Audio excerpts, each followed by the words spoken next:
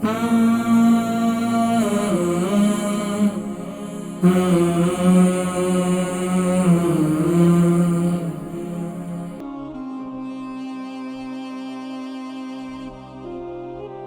علیکم.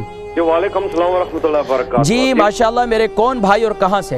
حکیم صاحب میں نزاکت علی بول رہا ہوں بریڈ فورٹ سے. ماشاءاللہ نزاکت بھائی، نزاکت علی بھائی بریڈ فورٹ سے. جی حکیم صاحب آپ کیسے ہیں؟ اللہ پاک آپ کو خوش رکھے. آمین. الحمدللہ اللہ کی بڑی کرم نوازی ہے. اللہ پاک آپ پر کرم نوازی کرے، سب مسلمانوں پر کرم نوازی کرے. آمین. اچھا حکیم صاحب پہلے تو یہ کہ میرا بچہ ہے تقریباً 8 سال کا. اچھا. یہ کوئی 5-6 مہینے پہلے بھی فون کیا تھا آپ کو کہ اس کو وہ رات میں وہ چھوٹا پیشاب کر دیتا ہے، ٹھیک ہے نا، بستر پہ. بستر پہ. تو آپ نے بتایا تھا وہ تیلی کے وہ جو ملتے ہیں مرنڈے تھے وہ ہم نے دیے تھے. تو تل کے مرنڈے نہیں ملتے، تل کے لڈو ملتے ہیں. ہاں وہ لڈو جس کو بولتے ہیں، ٹھیک ہے نا. تو وہ اس کو نہیں فرق پڑا. تو اس کا کتنا عرصہ استعمال کیا؟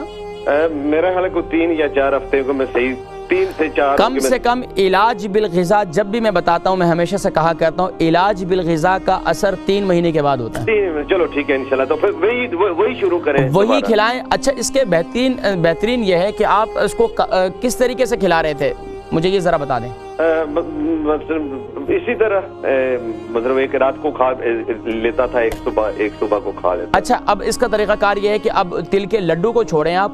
یہ دن میں بھلے استعمال کر لیں لیکن رات کو آپ کیا کریں وائٹ تل اور بلیک تل ان دونوں کو لے لیں اور ان کو جو ہے نا ان کو بھون لیں. بھوننے کے بعد جو ہے اس کو جو ہے اس کا پاؤڈر بنا لیں.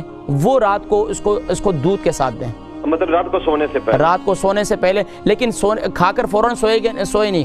اگر رات کو کھا کر فوراً سو جائے گا پھر پیشاب کرے گا. لیکن تھوڑا سا سونے کے تقریباً آدھے گھنٹے پہلے اس کو کھلا دیں. ٹھیک ہے. بہت شکریہ کال کرنے کا.